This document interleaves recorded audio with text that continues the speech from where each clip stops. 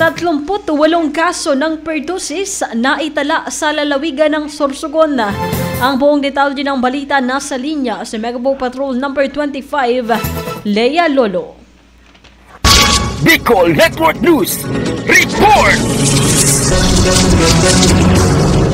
Nakapagtala ng kabuuang 38 kaso ng pertussis ang lalawigan ng Sorsogon batay sa datos na inilabas ng Department of Health Bicol Center for Health and Development simula January 1 hanggang September 7, 2024. Batay sa datos, pumangalawa ang lalawigan ng Sorsogon sa 6 na probinsya sa rehiyong Bicol na mayroong mataas na kaso ng pertussis kung saan 15 ang laboratory confirmed at 23 naman ang clinical case. Samantalang nanguna naman ang Albay sa may pinakamaraming kaso ng pertussis na umabot sa 76 habang ang probinsya naman ng Masbate ang may pinakamababang kaso na umabot sa 3. Sa kabuuan, nakapagtala naman ng 156 na kaso ng pertussis ang buong rehiyong Bicol.